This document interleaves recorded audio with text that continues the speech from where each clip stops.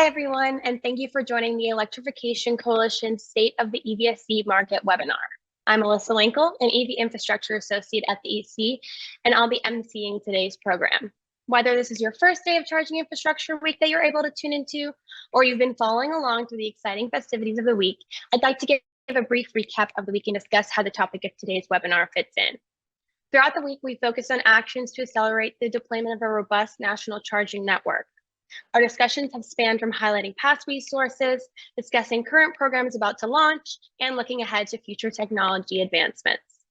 That's what Charging Infrastructure Week is all about, looking at where we've come in the past year in charging infrastructure and analyzing the things that are coming and the work that's left to be done. As the final webinar of Charging Infrastructure Week, we set out to do all three, through reviewing the year in federal funding, assessing policy recommendations for current implementation, and analyzing trends to make projections for the future of EVs and EVSE. So without further ado, let's get into that discussion. To kick off the review of the year in federal funding, we are joined by Gabe Klein, the Executive Director at the Joint Office of Energy and Transportation. Before the Joint Office, Gabe served as the Commissioner of the Chicago Department of Transportation and Director of the Washington, D.C. District Department of Transportation, where he revamped technology platforms and government processes while focusing on putting people versus cars first on city streets. This includes launching 2 of the first and largest solar-powered bike share systems in the country and building protected bike lanes and better pedestrian infrastructure for vulnerable citizens citywide, as well as facilitating private services like car shares and ride shares to support city mobility goals. There's been a lot of exciting announcements coming from the Joint Office this year, so we are excited to learn more. Gabe, take it away. All right. Thank you very much, Alyssa and the EC team. It's great to be here. I assume you have the slides up. I can't necessarily see them, but oh, there we go. Thank you. It's great to be here. It's great to talk to all of you. It's been a super exciting year at the Joint Office, and I've been here about 13 months. And so it's a combination today of covering what our approach is and what's happening out there in the market, then a little bit of a brief on what we're doing, what our role is in all of this, and then what's coming next. And I'll try to do it very quickly because we have a number of speakers. So next slide. Thank you, Alyssa. So let's talk about what's actually happening out there. Next slide. This is the biggest change to our transportation system in a century. And that's why I am here in this role, because it is very consequential, very exciting. It's really about managing massive change. We're talking about reinventing the economy around renewable energy, and we're right in the middle of it with transportation. Transportation drives our nation's economy.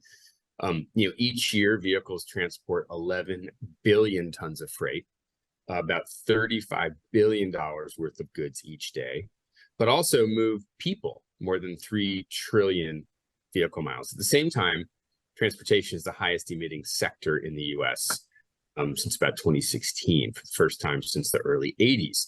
So we need to reimagine our transportation system, but quickly, dramatically, to achieve net zero by 2050, by putting a sustainable future in place where people can ride and drive electric. Next slide. This goes hand in hand with the National Blueprint for Transportation Decarbonization, which was rolled out February of this year by both of my bosses, Secretary Granholm and Secretary Buttigieg. And I think what this administration gets like no other has before is that we all need to come together. We got to break down silos, and one agency isn't going to do it by themselves. It's about addressing the core issues. And so by putting these 4 agencies together to work on this plan and to launch it, that allows us to work with states, local communities, tribal communities, labor unions, so on and so forth. And this is really a landmark strategy for removing, again, all emissions from transportation by 2050. And I encourage you to look at this plan online. Next slide. You can see here that battery electrification plays a key role to decarbonize the transportation sector across all mode types, but particularly light-duty vehicles. I just came off an hour-long debrief call on the hydrogen hubs. Super exciting. 7 hydrogen hubs $7 billion. We're working on the network of roads that will link these hydrogen hubs. It's very exciting, but we know there's a lot of differing solutions to meet these challenges. So we need fleets of shared vehicles. We need more urbanites to travel by walking, biking, transit. But we also need to look holistically at vehicles as distributed energy storage systems, which is a whole new way of looking at this space. And this is one of the reasons, I shouldn't say why, this is one of the reasons that our office exists, is to look, again, holistically at the problem, the solutions, and to align the outcomes. Next slide. Already 1 in every 10 vehicles sold is electric. Thanks, by the way, to Atlas Public Policy for providing these great roll-ups. This is the 3rd month in a row in August that it's hovering around 10%. There are a few counties in California that are over 30%. So we're hitting that tipping point where we're not going back. The market has spoken, the private sector has spoken, and this is the direction that we're going, particularly for light-duty vehicles. Next slide. We want you to know that you can go to our website. It's becoming a repository for a lot of different types of information and data. We've actually taken the alternative fuel corridor site and made a widget, a locator widget that's filtered, so you can very quickly see the state of public charging. And I'm proud to announce here first that we hit 160,000 EVSE ports this week, which is meaningful because internally within the government, that was our goal by the end of this year, not the fiscal year, but the end of the calendar year. So we hit our goal 3 months early. That tells you how fast the market is changing. And it also shows that there's about 8,000 ports that are out, that are not working. It's not a bad thing because we announced the $100 million to replace and repair faulty chargers. And that money is going out very soon. People are applying for it now. Next slide. I'll go really quickly through this. This is a little bit about us. Next slide. You know, we're funded through Bill to the tune of $300 million. We actually have 9 areas of focus. You hear about the most probably are technical assistance, and we do that for states, for cities, for MPOs, and for companies. But we also work on data sharing, regionalized national studies for vehicle charging. We work on workforce development, certification programs, transmission pilots in the public right-of-way. I could go on and on. And we've hired 3 senior advisors in the last few months that are focused on urban and community charging, regulatory and utilities, and business models and finance. So we're really trying to future-proof the system, and we're trying to help government figure out how to work with the private sector and vice versa. Next slide. Mission and vision, pretty simple, where everyone can ride and drive electric. What's meaningful here is it's also about ride. We can't do a one-for-one swap, and everybody that has I mean, we have more cars than people in this country, and so, you know, we can't have everybody go out and buy an electric vehicle that doesn't necessarily need or want one. So in urbanized areas, for instance, transit is very important. School buses, there's more people even riding school buses than transit. So it's also about riding electric. Next slide. We have these 4 programs that we're focused on. That's why I just talked about transit, not just because I believe in and love transit, but because we support the Low-No program to the tune of $5.6 billion, as well as the Clean School Bus program, which is $5 billion. So a lot of people associate our office with the infrastructure. We also support rolling stock programs as well. Next slide. Now that we are really into it and in the mix, we are head on addressing reliability issues, cybersecurity. We have a cybersecurity forum next week at USDOT. Reliability, we stood up the ChargeX consortium. We have over 60 private sector partners now and 3 labs working through on a 2-year basis how to dramatically improve the reliability of the existing system, which also feeds into the system that we're building. Interoperability, huge, particularly with the NACS standard, which we are working with SAE to standardize very quickly We're building a big data platform to ingest all the data from the network. Equity and utility coordination, those could be topics for an entire webinar, but we're also working on those fronts with the JUST Consortium and with our senior advisor within DOE. Next slide. I think at this point, people, for the most part, understand the NEVI charging station requirements in the minimum standards. I feel like this visual is actually not a great one. What the message is here is that you have to have CCS ports, but that doesn't preclude you from having non-proprietary ports. NACS is not a standard yet, but it will be soon. And a lot of companies have announced that they're going to have NACS ports in the future on their vehicles, but the reality is they don't yet. And so everything being sold outside of Tesla right now is CCS. You know, we have to require CCS ports now, but we think through the UL certified adapters, and by the way, they were just UL certified in the last couple of months, and through additional cables and connectors, everybody will have access, and we'll actually end up doubling the number of chargers available to everybody through interoperability. Next slide. 1.5 billion is out there for the NEVI program, and there will be another 750 million coming soon. Next slide. And you know, each week we're hearing exciting updates from states. 7 recent announcements from Hawaii, Ohio, Maine, Colorado, Pennsylvania, Alaska, Kentucky. I think Ohio actually started building a station yesterday. So I mean, literally every day things are moving. It's very exciting. Next slide. There is, as I said, $100 million on the street from the 10% set aside for fixing and or replacing stations that are not working now, which will dramatically increase the reliability of the entire system. Next slide. And then, of course, there's our discretionary grant programs, the corridor and the community charging grants. And there is another slug of funding that will be coming out next year, and the awards for the initial FY22 and 23 we hope to have out by the end of the year. Next slide. And then we have our own funding opportunity announcement. You can go on our website and check that out. We're also hoping to award by the end of 2023, and this is all about innovation. Next slide. And then we have one more after that. What's next for the joint office? Next slide. Basically, these are our priorities over the next few months. Progress the NEVI program.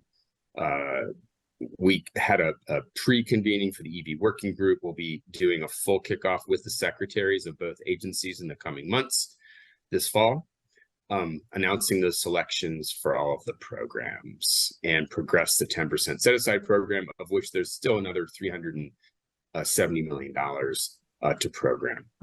And the last slide is just how you can get in touch with us if you need us. And we encourage you to lob in questions for your company or your government or your nonprofit. We turn these around within 48 hours. We have 22 people sitting behind the form. And so we pride ourselves on actually getting back to people. If we don't have the answer, we will find the answer for you within the government. And we encourage you to use this. Thank you at EC for having me, and I will be on to answer maybe some questions if we have time. I may have used all the time. I don't know. We'll see.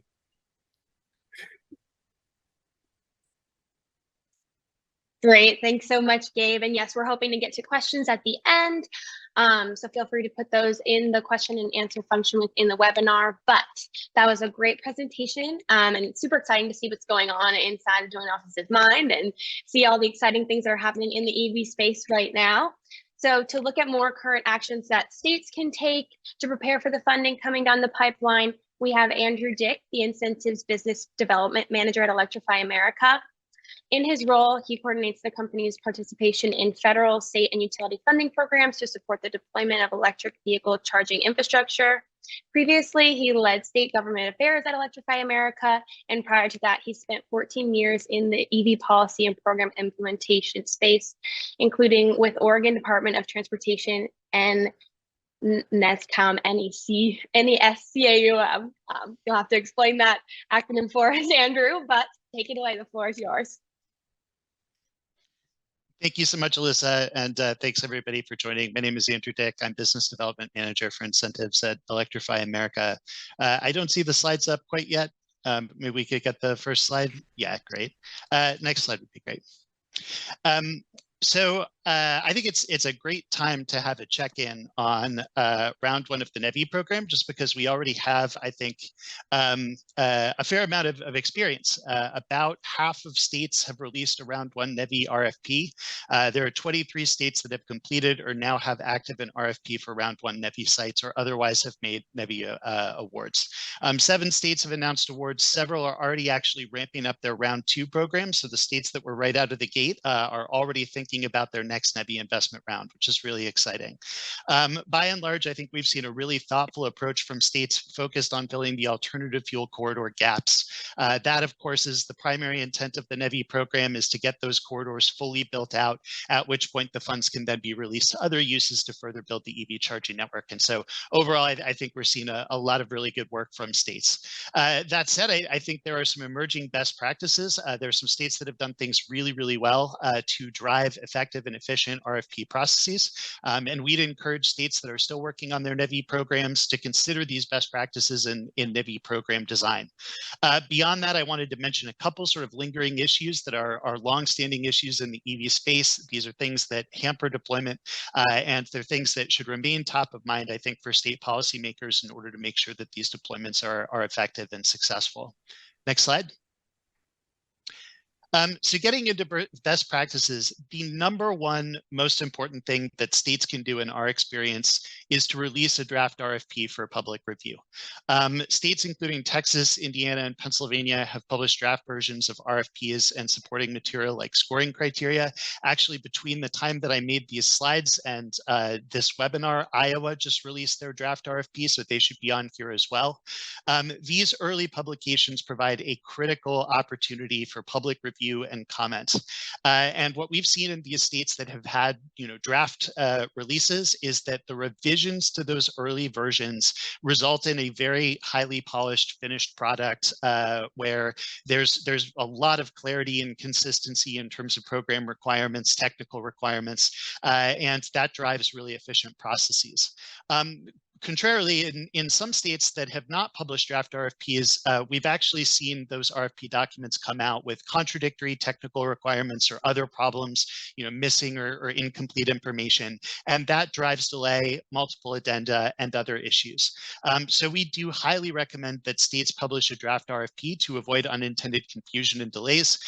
We know that this takes a little bit more time on the front end, but we think it benefits everybody overall. If you're a state, this precludes the need to have to do addenda and revisions, and of course for applicants to have certainty going into the program about what states are looking for, allows EV charging providers to propose projects to the state that are well aligned with the state goals. Next slide. The next best practice is station siting approach and mapping resources. And really the point that we want to make here is the balance between specificity and flexibility. As I mentioned, the primary goal of the first round of NEVI is to complete corridor coverage on the alternative fuel corridors. And what that means, according to the NEVI definitions, is that at least every 50 miles, you have a charging station with at least 4 150 kilowatt CCS ports. And so states, of course, are doing a lot of analysis on their corridors, finding those gaps and proposing basically charging locations that are going to help them to fill those gaps and make sure that their EV driving residents are able to access that charging at least every 50 miles.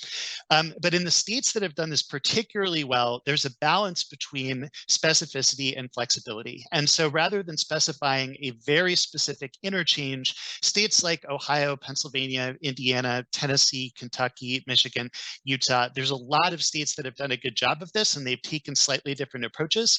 But what they will do is they will offer sort of groups or nodes that include multiple interchanges that cover the same basic segment of highway.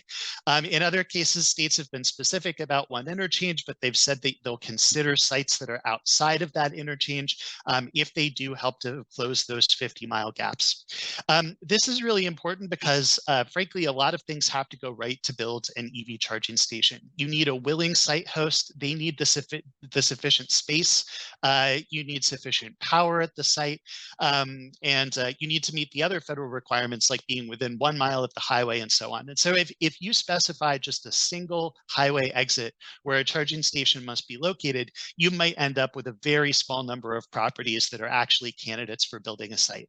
So taking this group approach provides that sort of balance of flexibility.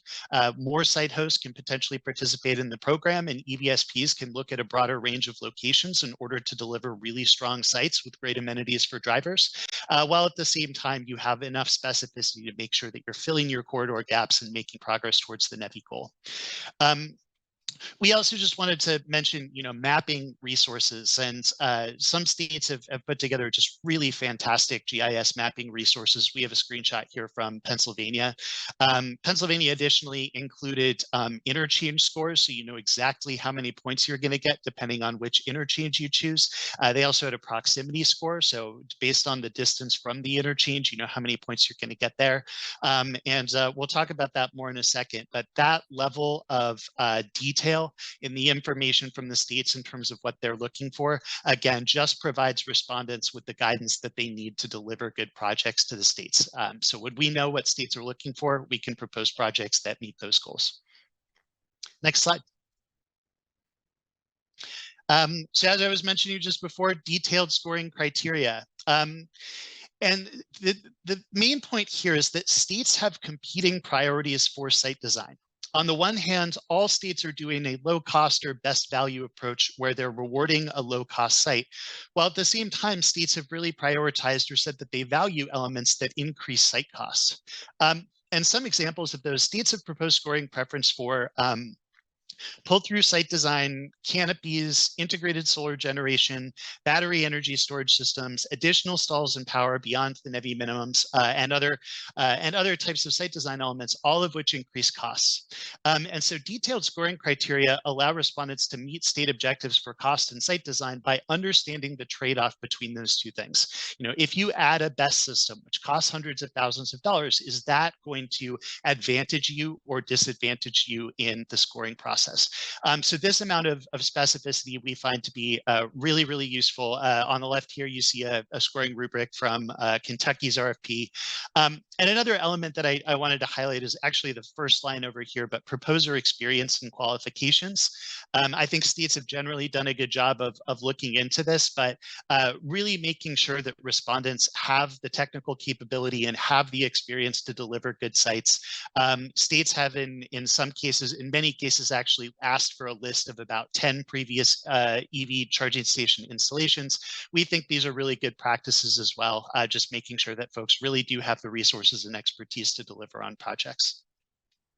Next slide, please. Next best practice I would highlight is to adhere to the NEVI minimum standards. The federal NEVI minimum standards, went through a long stakeholder process, comments, RFI, and basically established a clear and consistent basis for the NEVI program that should serve, I think, as a guiding light for states. And so except where intended to address a very clear and well-defined state objective, we would encourage that states should adhere to the NEVI minimum standards. Where states choose to deviate from the minimum standards or add things on top of them, clarity and consistency within the RFP is critical. And just as an example, there are 2 RFPs out right now where it is actually unclear whether CHAdeMO is required because different parts of the RFP documents say different things. In one part of the RFP document, it might say that one CHAdeMO port is required, but in the RFP Q&A where they got questions on CHAdeMO, you'll see over and over a statement that CHAdeMO is not required because that's what's in the NEVI minimum standards. And this makes it very challenging for respondents to deliver projects to states. Again, the best thing that states can do is provide a really clear sense of what they're looking for, because then that allows respondents to develop exactly those types of projects that are going to meet state objectives. NEVI standards establish several areas of flexibility, including additional connector types. So certainly that's within bounds, but making sure that you are clear and consistent and that all your documents are specifying the same thing when you're deviating from the NEVI standards is really important. And barring a clear reasoning for doing so, we would really encourage states to adhere to the NEVI minimum standards. And then the last point here is, repeated addenda that modify technical requirements, modify cost eligibility, modify these different categories that play a major role in RFP development. These are very challenging for respondents as well, because you might start down the road of developing one type of project and then get guidance at a very late stage in the process that now you need to change your approach. All of this, I think, can be headed off by the first recommendation of releasing the draft RFP. If these things can actually be worked out before the opening of a bid period, that just makes the entire process much smoother overall. Next slide. And then lastly, I just wanted to talk about realistic expectations of technology and really encourage that states should understand what energy technologies can and cannot do. And there's a couple of things that we keep seeing coming up in this regard that are simply not reflective of what these technologies are capable of.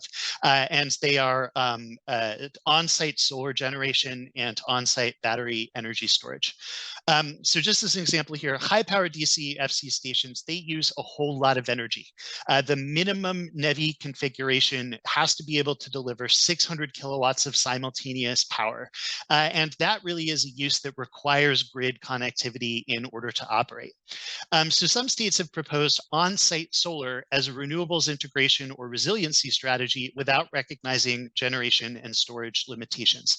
And quite frankly, you just cannot put enough solar panels above an EV charger to power that EV charger when you're talking about a NEVI high power station configuration.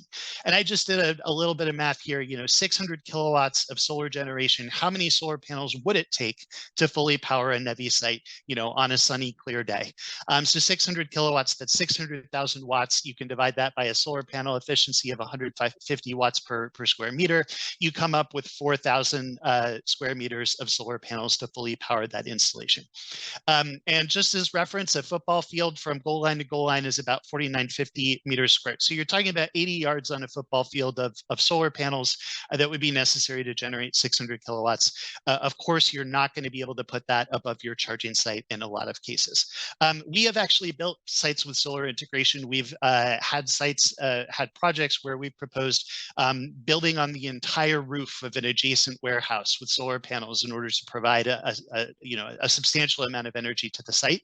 But this is not the type of thing where the grid goes down and you can just power the site off of solar. And so we encourage states to be realistic about the limitations of technology. The same thing is true with battery energy storage systems or BESS solutions. These are really designed at power levels to assist with demand mitigation, but cost in bulk precludes long-term powering of the site without grid power. So the typical battery storage system that we look at is something in the 300 kilowatt hour range. So you can imagine that battery storage system can power the site at half power for an hour. It is really useful for mitigating spikes in demand, but it is not the type of thing that can keep the site running for a long period of time if the grid goes down. And when you start talking about megawatt scale systems or having multiple megawatt scale systems, I mean, you're talking about having, they look like shipping containers. And so when you start talking about integrating that into an EV charging site, you start talking about a site footprint and particularly a site cost of many millions of dollars. It is just not realistic at this point in time to keep a site running on batteries when grid power is interrupted. So we would encourage states to be realistic in terms of what technology can do, and also to reward off-site solar. You can see the picture on the left. This is a solar generation plant that we just opened in the Mojave Desert. It generates more power than our entire network uses at this point in time. And so companies are implementing environmental strategies, renewables integration, generation strategies that can actually deliver power on the order of magnitude that our networks are running, which often revolve around offsite power rather than on-site generation. Next slide. And so I just wanted to mention two additional barriers. These are sort of perennial issues in DC fast charging station deployment, but they continue to be sources of delay, and we hope that states continue to address these. The first of which is permitting. And Electrify America's averaging permitting times as of Q2 of this year were 72 business days nationally. So this is several months of delay, and there are many reasons that you see permitting delay. Some jurisdictions have never permitted a DC fast charging station before, especially with NEVI, where you're building rural highway corridors. A lot of these places, states are building gaps. They're building where nobody has built a high-powered DC fast charging station before. Multiple rounds of plan review and comment. This also comes from a lack of familiarity with the technology, but having to go back multiple times to a jurisdiction to get a permit. Zoning classifications that don't address DC fast charging stations, parking count minimums that are triggered by DC fast charging station installation, when you have to give up a couple parking spaces to create an ADA space that's wider, when you have to give up a couple parking spaces for an equipment pad, then you can run up against parking count minimums, and that causes an issue. States can head this off with clear and consistent processes for DC fast charging permitting, and there are excellent DCFC permitting guides by NESCOM and NYSERDA that can help states to engage local jurisdictions on process improvements. And then lastly, I'd be remiss if I didn't mention high demand charges. Even with the substantial NEVI subsidy that is available under this program, high demand charges can result in station economics that where simply the stations don't pan out. High-powered DCFC stations can generate demand charges of thousands to over $10,000 per month. And in some cases, BESS can help to mitigate demand, but it greatly increases site cost by hundreds of thousands of dollars. So it's imperative that states continue working through their public utility commissions to consider alternatives to traditional demand-based rates. And actually, in the same legislation that created the NEVI program, there was a directive to state PUCs to do just that. So permitting and demand charges continue to be barriers to EV charging station deployment, and we hope that states will continue to prioritize these as well. So that's all for me. Thank you so much for your time and attention. Great. Thank you so much, Andrew. We really appreciate you sharing those best practices and sharing your expertise through your experience. All of this is super duper applicable to states, so this was great information. Next, to talk to us about important EV and EVSE market trends over the past few years and what those trends can hold for the future of this market, we're joined by Corey Cantor, an electric vehicle senior associate at Bloomberg New Energy Finance. Corey serves on the Electrify Transport team, where he covers the policy, economics, and technology factors impacting the electrification of transportation, focusing on his research on North American market, global EV policy, and electric buses. He has appeared in publications offering his insights on the EV transition, including the Washington Post, Semaphore, Time, and CNN Business. He has also joined the Odd Lots podcast, Bloomberg TV, and NASDAQ to offer Bloomberg New Energy Finance's perspective. Prior to completing his master's education, Corey worked for U.S. Senator Cory Booker on his economic team covering policy around banking, taxes, and the federal budget. Before that, he researched economy policy for NDN, a think tank in Washington, D.C. Corey received his master's in environmental management from Yale School of the Environment and a bachelor's degree in political science and English literature from Washington University in St. Louis. Corey, take it away. Thanks, Alyssa. Hey, good afternoon, everyone. I really appreciate you guys joining for today's presentation, and I'm hoping to give you a good sense of where the passenger EV market is and also where chargers are and where we at BNEF see them going. So if we could get the slides up on the screen, and we'll wait for that. Today is October 19th.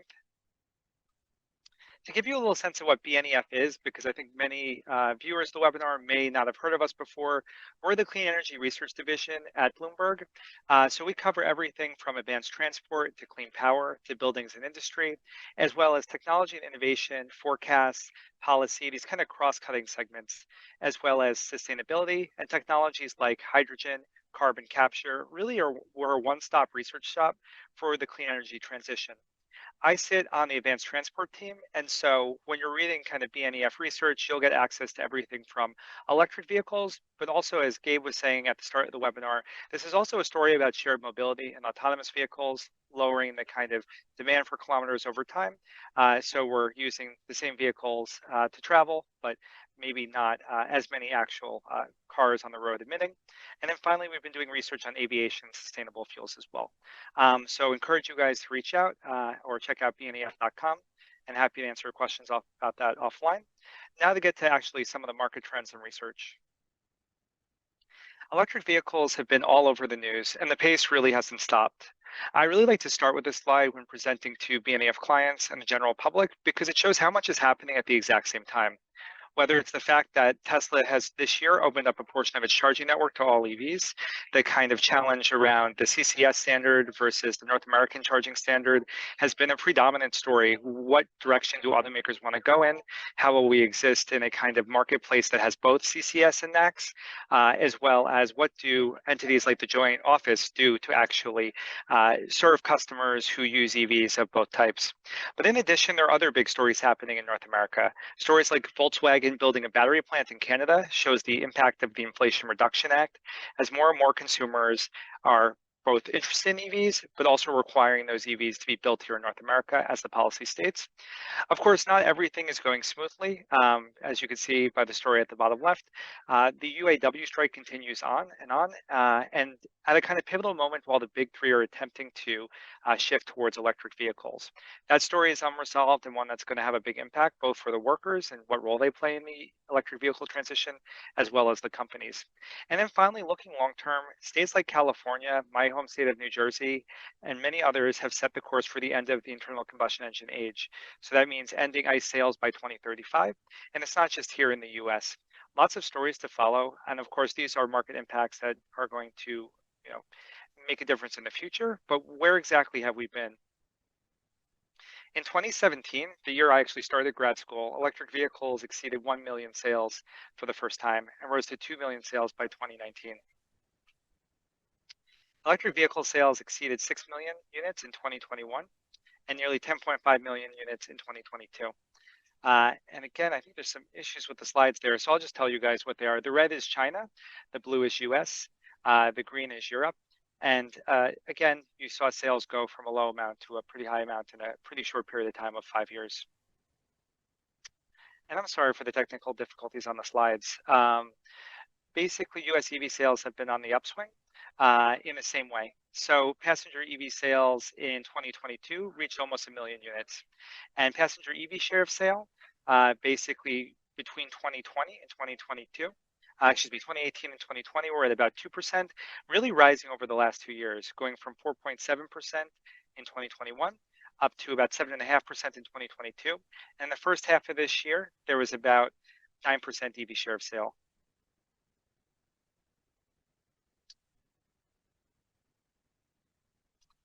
Now, another metric, and I don't know if it's the BNEF slides here. So basically what this chart shows is the state of EV sales across the US market.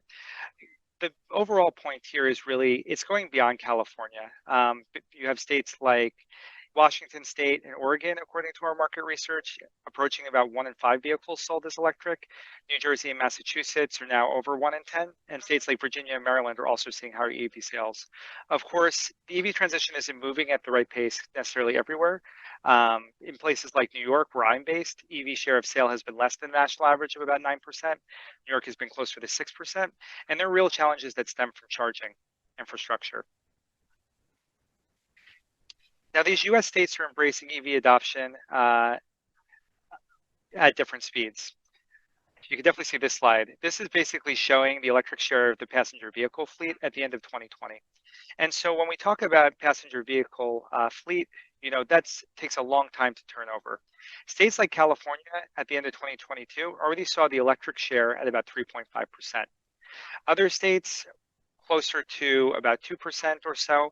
But just like I talked about before about sales in certain states like Washington and Oregon leading, you see the same thing in terms of fleet share. Hawaii and DC also doing well by this metric, but it shows what challenge there's going to be for automakers over time. It is not easy to kind of get everyone to adopt electric vehicles. And again, we see the average car on the road taking anywhere from 10 to 15 years in terms of its useful life. So again, we're just at the beginning of this overall EV transition. Now, annual installations, switching over to the charging side, are not doing super hot in the public charging space compared to other places like China and the Netherlands. So this slide, you could definitely get a sense of at least the numbers here, which is the most important part. You can see that really the US and the Netherlands are at about almost identical EV charging installations in 2022. And China is equivalent to basically the US, Netherlands, France, Germany, South Korea, the UK, Spain, Belgium, and Italy all together. The big takeaway is this is why you need programs like NEVI, and you need the actions of not only the federal government, but the state government and utilities as well. China, as many of you know, has a pretty robust electric vehicle market, and you need really the charging infrastructure build out to support that market. In places like Europe, you've seen passenger EV sales increase first, followed by the actual charging connectors. And we're kind of seeing a similar pattern here in the US. And the good news is at BNEF, we did find that installations did double in the US from 21 to 2022, but there really is a long way to go for that 500,000 charging connector goal by the Biden administration and what we see at BNEF of a much higher kind of necessary charging network to actually meet the EV demand that we see coming. In terms of the actual public charging connectors, just like I showed you guys that EV fleet map before, we find that California has really gotten the bulk of the public EV charging connector space.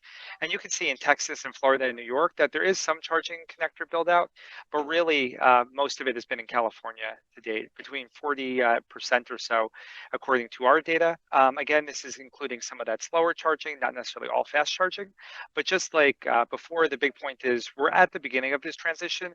And I would say, you know, based on our charging team here, while EV adoption is increasing in an impressive way in the US market, charging is a major hurdle and barrier. And frankly, 2023 has been a year of a lot of consumer confusion around charging.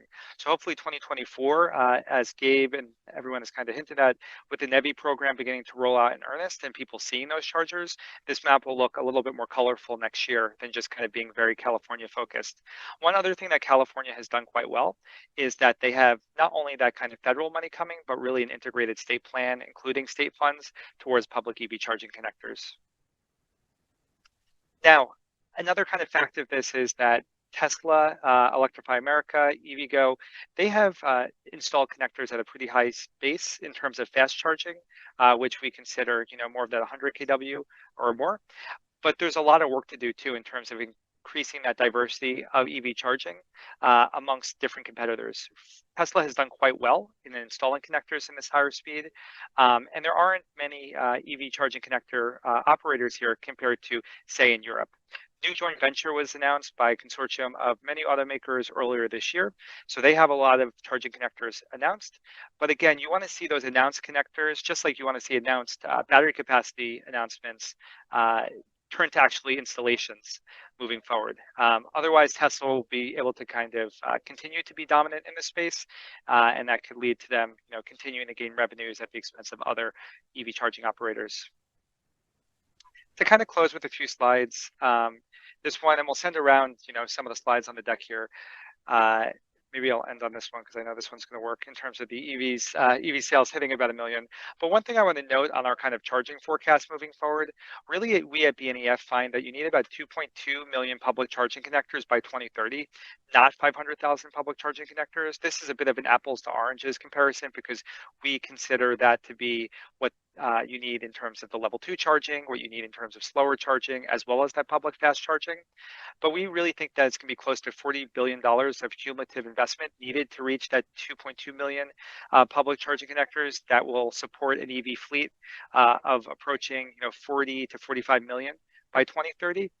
Again, those are our assumptions based on our forecast moving forward. I think the big takeaway is that there's going to have to be a lot of people playing a role here beyond the federal government, really getting those state government and utilities involved. I'll end on a positive note now. 2023 is shaping up to be a milestone in the passenger EV space. So as of the end of September, we hit more than 1 million passenger EVs sold. That's both battery electric and plug-in hybrid electric vehicles. So that's good news for the market. And by the end of the year, we expect anywhere between 1.4 million to 1.6 million passenger EVs sold. Despite all the challenges in charging, the challenges on the labor front, and even the upfront cost of vehicles being quite high, electric vehicle adoption is soaring. So if you need kind of an impetus to really move on the charging space, this chart may be one of it. The EV transition is here to stay, and the question is just going to be who are the major players, both in the selling of EVs as well as in the charging infrastructure. Thank you guys for your time, and apologies for some of the slides. Thank you so much, Corey. And yes, just to echo what Corey had said, to really drive home those points that the figures we're trying to make, we'll be sure to share out those correct figures with the numbers and everything so you guys can get the full gist. But they do still capture those amazing trends that we are seeing with EVs on the rise. Throughout these presentations, we hope that no matter your understanding or involvement in the EV space, you are able to understand and learn about all the ground that we need to cover. To drive home the point of what remains to be done and give us an outlook for the year in charging to come, we have Ben Kohaska, EC's Executive Director, to give us the rundown. Ben joined the EC as Director of Strategic Initiatives, developing all EC programs outside of the Beltway. Since 2013, Ben has continued to lead these efforts, now as the organization's Executive Director. Ben has spent more than a decade working on environmental, human rights, and voter engagement efforts. His experience includes leadership roles as the Campaign Director for Save the Roof Coalition, the Legislative Director for the Colorado Environmental Coalition, the Colorado State Director for the New Voters Project, and numerous public interest campaign efforts as the Western States Field Organizer for the U.S. PIRG. Ben, take it away. Great, thank you so much. It's an honor to be here and pleasure to have heard some of the remarks from the brilliant speakers before me. And I need to shorten my bio a little bit, I think. Just a little bit of too much of my length of work. So in terms of background and, I think that the opportunity here, we've been working for, since 2008, we wrote the Transportation Electrification Roadmap, and it was really a foundational document that describes the policies and actions that are needed to electrify our transportation sector. And oftentimes we only refer to this in the need is because of GHG emissions. And while that is a huge priority, there are a lot of other issues that transportation electrification are really important to solve from a public health standpoint, right? The idea that we have so many mobile source points of pollution that are affecting disadvantaged communities across the country, and the opportunity to solve that by electrifying both light duty, medium duty, heavy duty, and as others have talked about, bus electrification and other forms of transit. But it's also the economic and national security impacts of oil dependency. And right now, more than 90% of the vehicles on the road require oil to get from point A to point B. And that continues to put young men and women every day at a threat of violence. And the amount of blood and treasure that we spend to protect the flow of oil into the country, and we ultimately are still one of the world's largest sources of demand. And so by plugging into the grid, we have an opportunity to greatly diversify what powers our transportation sector. And I really liked what Corey was talking about for a second, which is this idea that, and I'll sort of paraphrase my own way, it's no longer a question of if we're going to electrify our transportation sector, it's just a question of when. And we're incredibly excited to be able to work with folks like the Joint Office and Gabe, who has an incredible vision for this work, but the idea that we can use generational level investments through the bipartisan infrastructure law in the Inflation Reduction Act to drive that point home. And I think we're starting to see that and appreciate Andrew talking about it from the standpoint of state action and how there is now this sort of real intentional effort by states, and we're seeing a sort of change in pace and action from the departments of transportation across the country at the state level that are getting ready to deploy the resources that have been through the Inflation Reduction Act and the bipartisan infrastructure law to build things like NEVI, the National Electric Vehicle Infrastructure Program, and to support state and city action and even private sector engagement, which is we're seeing record levels of engagement from the private sector and actions that are taking place because of this generational level investment. And I'm really excited to see what that looks like over the next decade. And as we create this sort of delta and the steep ramp that now we're going to be running up to electrify the way we move in this country. I love the idea and the characterization of the incredible actions that we're seeing in the marketplace. With more than 50 vehicles available, that charging infrastructure is both more available, but also it's faster, that the vehicles have, can travel a longer distance, and that they're getting more and more affordable every single day. And all of those are the ingredients that are going to make this not only something that we can vision, but we can actually experience. And so looking forward to that place where we can move from not only driving electric, but we're also, because of the way that IRA and the bipartisan infrastructure law are constructed, we're also going to be building electric in the US. And so we're seeing incredible growth in battery manufacturing capacity, in vehicle manufacturing capacity that's being reshored in the United States. And it's an exciting time to see that moving forward. But it's not without challenge, and change is hard. And so it's going to take a lot of effort. And I'm really glad to see so many people on the webinar today. I think that, places of innovation often require us to think beyond what we're used to. And we do have to put more energy and more emphasis on deploying this action effectively. And so we're really lucky to have the engagement of the administration. But I think it's also something where we're seeing red states and purple states and blue states taking action. And we're seeing places like Siemens building a new infrastructure manufacturing facility outside of Carrollton, Texas, and battery manufacturing facilities being built in Alabama. And those are the kind of changes that are going to give us the ability to meet this challenge and this opportunity. So I will just say that we have a ton of resources on our website to help support this action, and the team at the Electrification Coalition has done a great job of helping build those resources.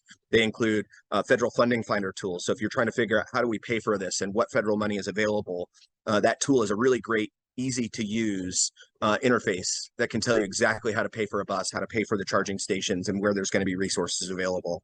So use that. We also have the drive tool. So if you're a fleet out there and you're thinking about, is an EV going to meet my demand needs or the duty cycle, light duty and light duty, medium duty, heavy duty?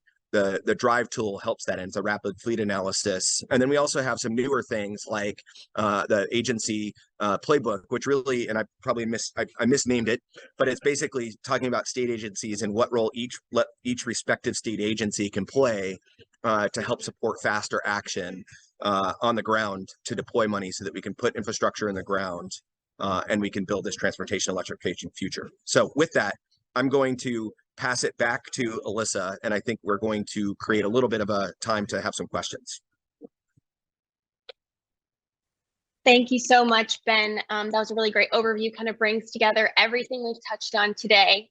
But unfortunately, there was too much good stuff today, and we seem to be out of time for questions, but no worries, because as I look through the questions that we did receive, some of those early questions were in fact answered by later presentations, which is a win for connectivity of speakers.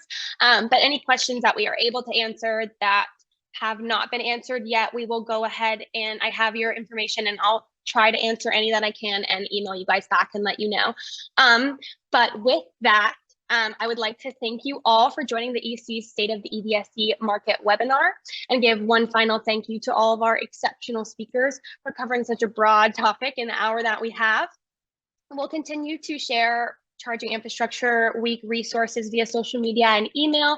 And as we wrap up Charging Infrastructure Week, be sure to stick around to see more information on our upcoming webinars and some of those resources that we mentioned. But we will meet again in December for a webinar focused on charging in multifamily dwellings. So thank you, everybody, and have a great rest of your day.